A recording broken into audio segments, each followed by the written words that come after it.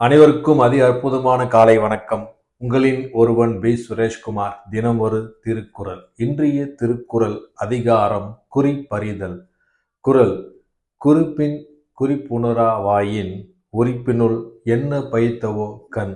குறள் எண் 705.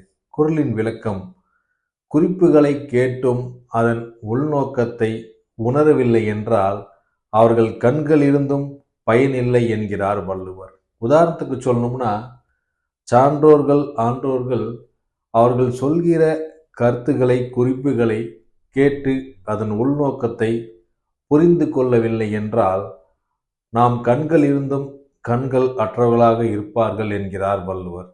ஆகையால் எந்த ஒரு விஷயத்தையும் எந்த ஒரு சான்றோர்கள் கூறும் வார்த்தைகளை உள்நோக்கத்தை புரிந்து கொண்டு வாழ்க்கை நடைமுறையில் பயன்படுத்தி வாழ்வில் மேம்படுங்கள். இக்குறள் மூலம் மீண்டும் திருக்குறள்: குறிப்பின் குறிப்புணராவாயின் உறுப்பினுள் என்ன பயத்தவோ கண். திருக்குறள் கற்போம், வாழ்வில் உயர்வோம். நன்றி.